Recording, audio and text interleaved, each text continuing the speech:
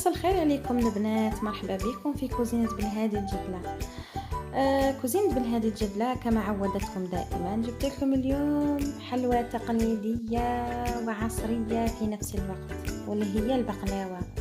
بقلاوتنا لنهار اليوم والوصفة كالتالي.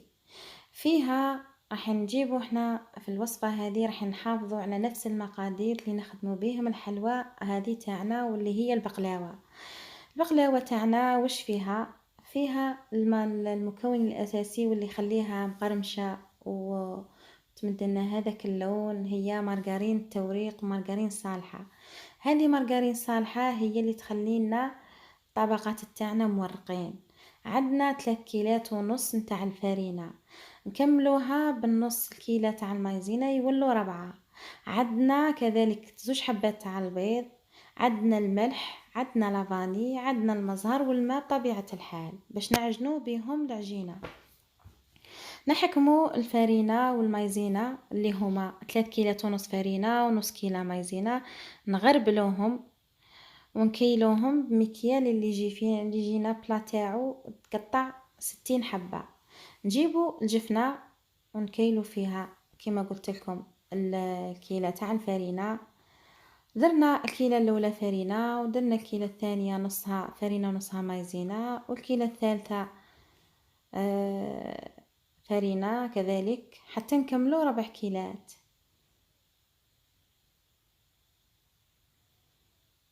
وهذه البقلاوة كانت مطلوبة من جميع المشاهدات والمتتبعات للكوزينة تاعي. نتمنى انهم يتبعوها مليح ويحفظوا على لاستيس اللي راني حنذكرهم باش تجيهم البقلاوة ناجحة. رايحين نجيبو 2 حبات تاع البيض نكسروهم، يعني الكمية اللي درناها راهي كبيرة، على هذا راني نضاعف في المقادير. درت الملح نكون مغربلاتو، درت لافاني، درت المارغرين تاع التوريق بعد ما ذوبتها وصفيتها من هذاك الشوائب اللي فيها.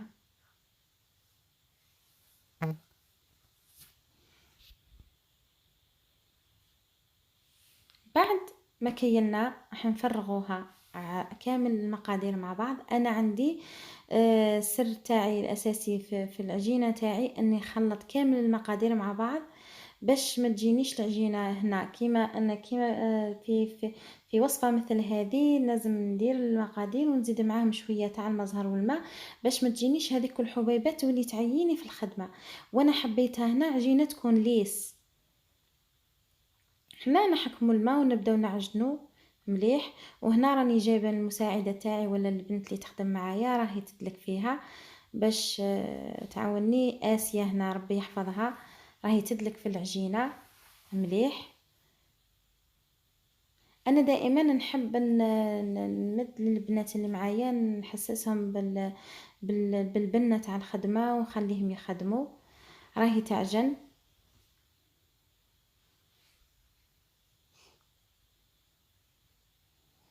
ما تخافوش من العجينه تعودوا تقولوا راهي مطلوقه ولا هي لا ماشي مطلوقه. راهي دوكي السر تاع مارغرين التوريق انه تخليها دوكي تجمدها. نحكمو كوباط ونمسحو كامل العجين اللي لاصق في الكوتي تاع الجفنه ونعجنو كيما راكم تشوفوا بالايادي. هنا دلكوها شويه، عطوها شويه دلكه باش تجي ناعمه الملمس. وهذه البقلاوه اللي قاعده محافظه على مقاديرها ومحافظه على اصالتها. يعني ما كانش مائده جزائريه تخلو من البقلاوه، ما كانش علبه حلويات جزائريه تخلو من البقلاوه.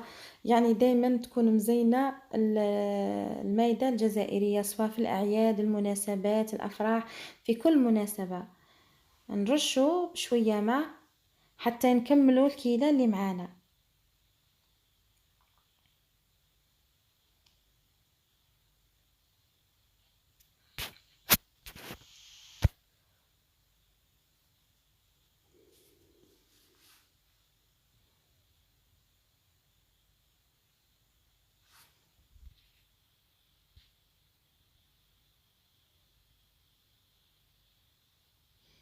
انا على بالي باللي راهي اخذت وقت طويل، البقلاوه يعني الفيديو جا شويه طويل، بصح نعتذر منكم. باش نفسرها لكم مليح لازم نفصلها يعني مليح، على هذا اختصرت قد ما نقدر. نعجنو هكذا كيما راكم تشوفوا مليح مليح. هي تطلب لازم تدلك مليح مليح باش نخرجوا بال يعني بالوصفات تخرج لنا كيما رانا حابينها. هكذا ندلكوها مليح مليح.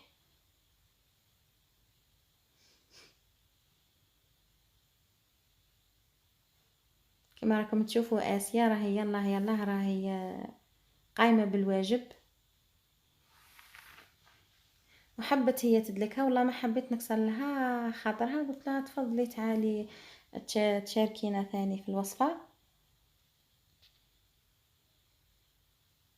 قسمنا العجينة الربع دلكات كيما راكم تشوفوا فيهم. هاك جات العجينة كيف حابينها احنا هكذا طرية. راح نحكموا هذه العجينة نحطوها في كيس بلاستيكي نتاع الخبز تريح شوية.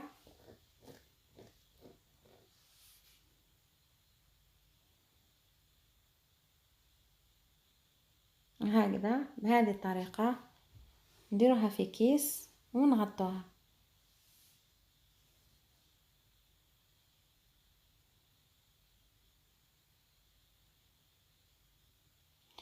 بعد ما ريحت العجينة نجيبو حلال ونحلو معاكم هذه العجينة اللي كنا عجناها، نقسموها لشرائح ولا شرائط باش تساعدنا في الحل تاع البقلاوة، تساعدنا في الماشينة عفوا. وعلاش انا قلت لكم الوصفه اليوم راح تطول؟ لانه راح تمر بكم مرحله، يعني في طبقه الاولى والحشوه والطبقه الثانيه والمكان تاع البقلاوه. هكذا نقطعوها الشرائط، نحطوهم كذلك في كيس باش ما درناش هذيك الطبقه اللي من الفوق.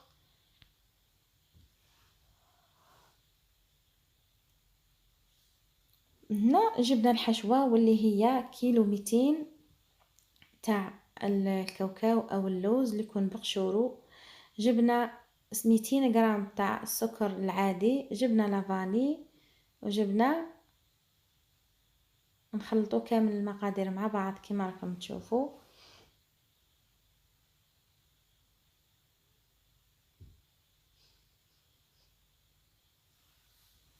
نقرب لكم الكاميرا باش تفهموا مليح.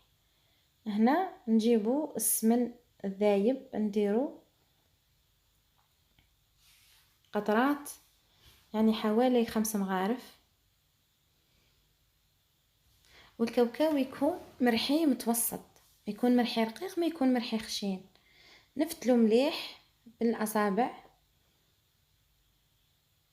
ونرشوه بالمزهر.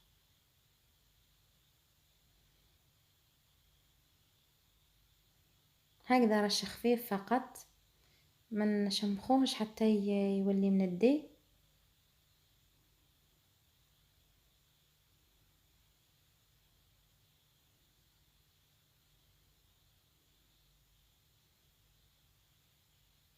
ونحطوه على جانب حتى يرتاح شوية وينشف.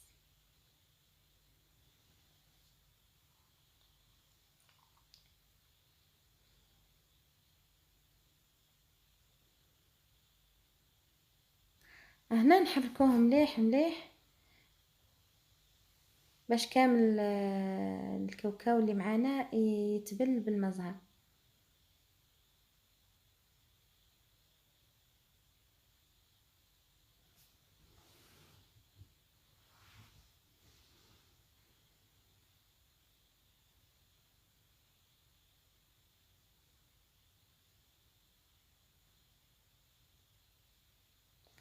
بعدها احنا راح نجيبوا البلا اللي راح نخدموا فيه، والبلا هنا فيه 40 سنتيم على 40، وهذا البلا يقطع لنا حوالي 64 حبة. كما راكم تشوفوا جبنا البلا راح ندهنوه بالسمن عفوا راح ندهنوه بالسمن. حنا المرقه البقلاوه تاعنا ندهنوا البلا ونحطوا سمن جانبا، لانه الطبقات اللي تحت ماهمش راح ندهنوا. وهذا البلا قلت لكم فيه 40 سنتيم على 40، يعني يقطعنا 64 حبه. هذا كاري، بلا كاري.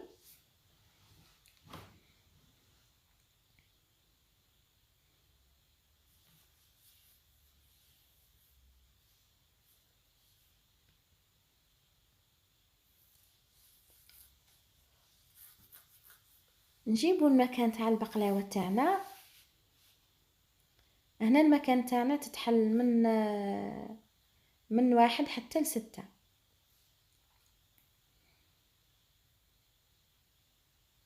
نجيبوا العجينه، نجيبوا المايزينا.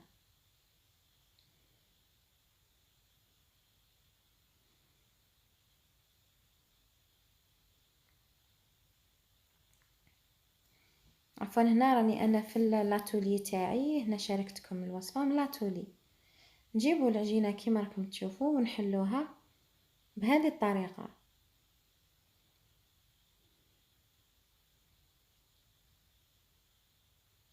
نرشوا المايزينا بهذه الطريقه باش ما تلصقناش. والسر كذلك في التوريق بتاعها المايزينا، لانها المايزينا تعتبر عامل اساسي في توريق البقلاوه. هنا راح نكسلوها في النميرو 1، من بعد نزيدو نحلوها في النميرو 2،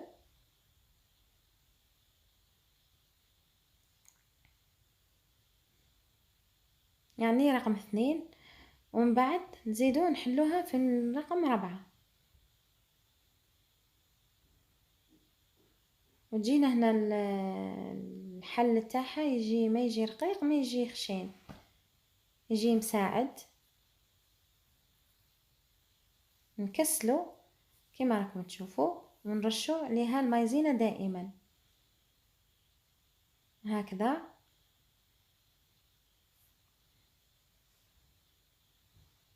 نحلوها بهذه الطريقه. هنا راهي المايزينا دايره حاله يعني مرمدتنا خلاص. حنجيبوا البلا تاعنا ونفتحوا العجينه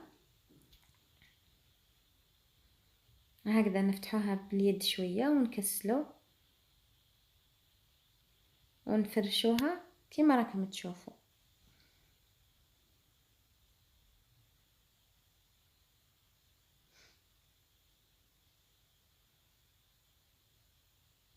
نجيبوا الجراره ونقطعوها ونزيدوا نديروا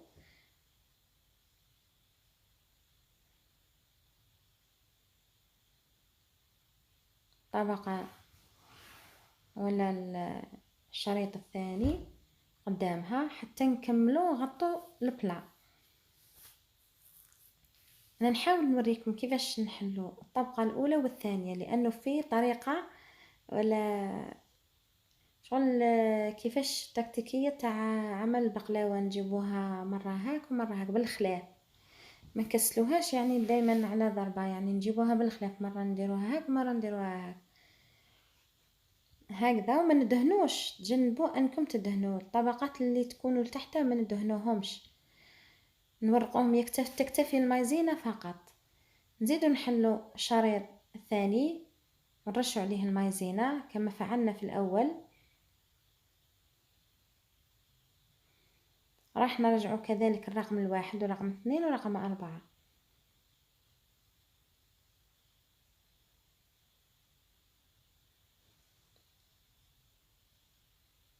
نكسلوها هكذا حتى رقم 1، رقم 2،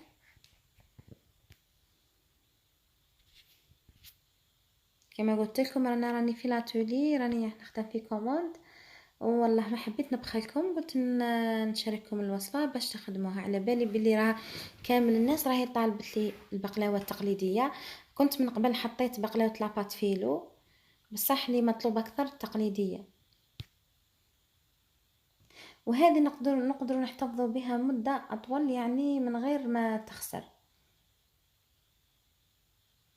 نكسلو هنا ونجيبو البلا كما قلت لكم بالخلاف.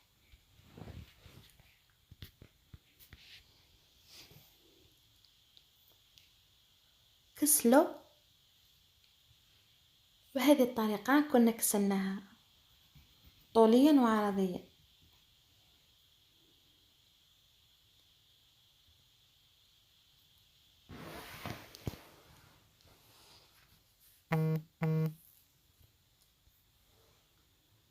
هكذا، ونحاولوا دائما كي نكسلوا العجينه نحاولوا نفتحوها شوي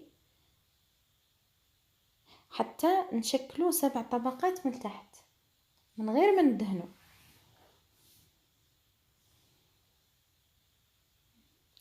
من بعد نكملوا 7 طبقات، احنا راح نجيبوا السمن الذايب ندهنوا الطبقه اللي راح نحطوا فيها الحشو.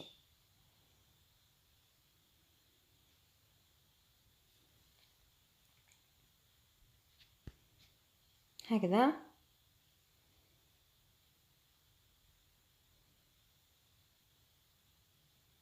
نجيبوا الحشو تاعنا ونفرغوه فوق العجينه. دائما تتبعوا ليستيس اللي راني نقول فيهم.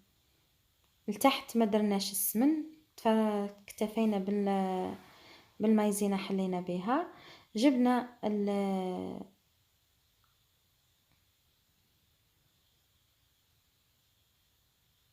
الحشو ونطرحوه بأصابع اليد.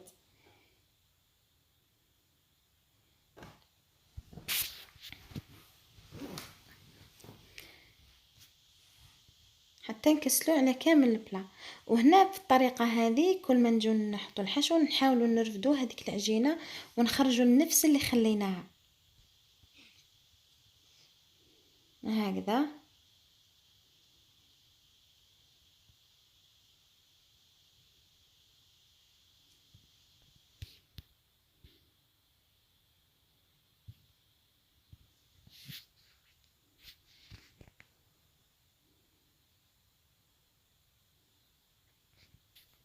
بهذه الطريقة نجيبوا كوبات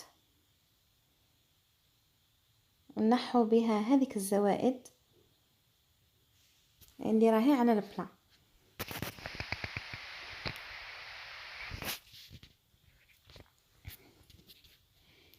هكذا بهذه الطريقة نحو هذيك الزوائد.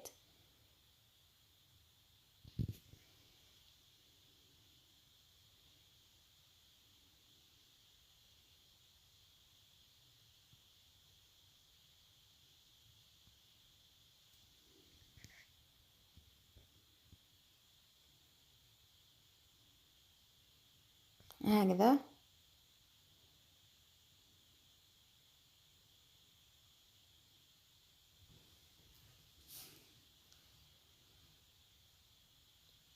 نزيدو نجيبو العجينة اللي كنا درناها في نفس الطريقة اللي تحت الطبقات، كذلك نكتفي برقم 1 و2 و4. راح نديروها فوق الحشوة تاعنا وندهنو. هنا الطبقات اللي الفوق لازم ندهنوهم باش يتورقوا لنا. المايزينا وحدها ما تكتفيش انه تورق لنا الطبقات، ولازم نحبوهم احنا يتحسبوا باليد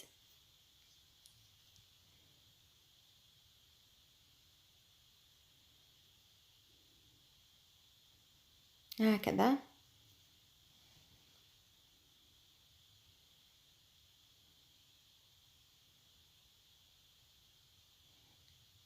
نقطعو بالجرارة، نجيبو السمن ندهنو الطبقة الأولى،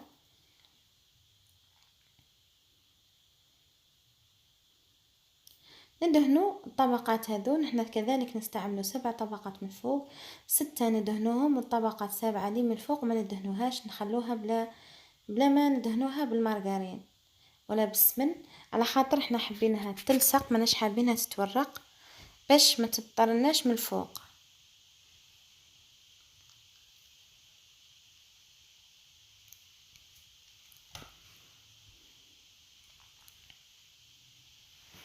هكذا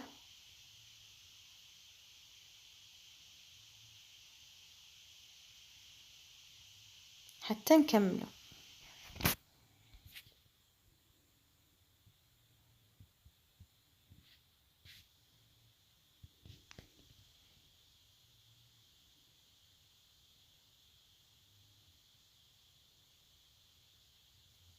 انا راني متعمده اني نطول لكم الفيديو باش تفهموه مليح.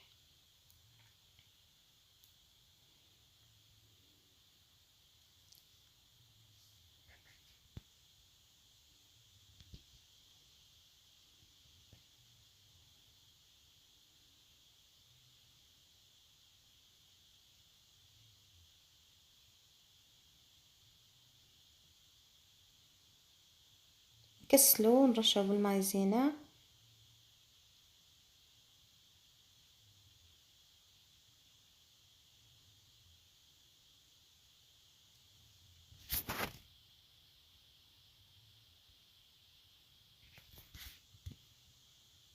حتى نكملوها.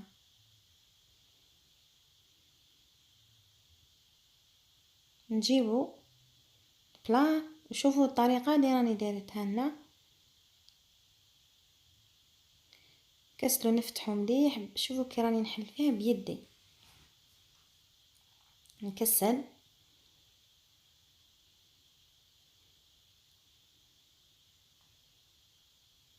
ونزيد شريط بجانب الاول هكذا حتى نخلصوا 7 طبقات. كما قلت لكم الطبقه الاخيره ما ندهنوهاش.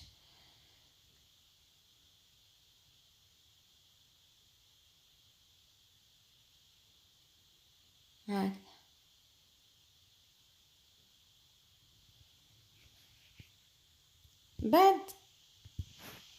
بعد ما كملنا طبقات ال7 نجيبو مسطره ونجيبو سكين ونقطعو شرائط.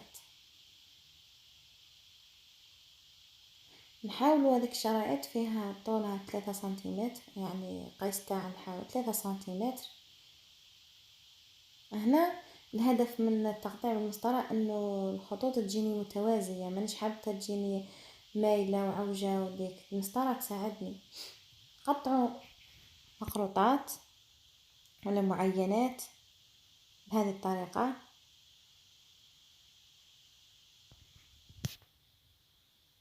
هكذا. وهذا البلاي قطع لي 64 حبه.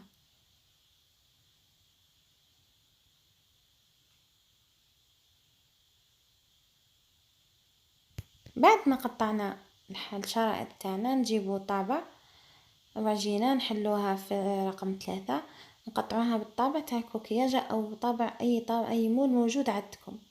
هنا نديرو الكوكياجه، نديرو الكاوكاو او اللوز او مش موجود عندكم. نرشقوا الحبه تاع الكاوكاو طوليا مع الورده تاع الكوكياجه ولا الموتيف تاع الكوكياجه. بعد ما نكمل نجيب السمن ونشربها بالسمن. هنا في هذه اللحظه راح نخلو البقلاوه تاعنا تبات ليله كامله، وغدوه من ذاك احنا الهدف تاعنا باش يعني الدرجه تاعنا ما تتكوشحش، يعني باش ما تتكزش، باش كي تقعد تريح اكثر تعطينا الحبه اللي رانا محتاجينها. هنا بعد ما تبات ليله كامله نديروها في الفور، درجة الحرارة تاعو 180 درجة، تاخذ تقريبا ساعة في الطياب وحتى تاخذ اللون الذهبي اللي راكم تشوفوا فيه. بعد ما تطيب احنا راح نجيبوها العسل اللي يكون بارد، عسيلة عدار او المرجان، ونشربوها بها ونخلوها كذلك تبات ثاني ليلة كاملة، ونقطعوها وكما راكم تشوفوا فيها في طاولة التقديم مزينة القاعدة الجزائرية ولا المائدة الجزائرية.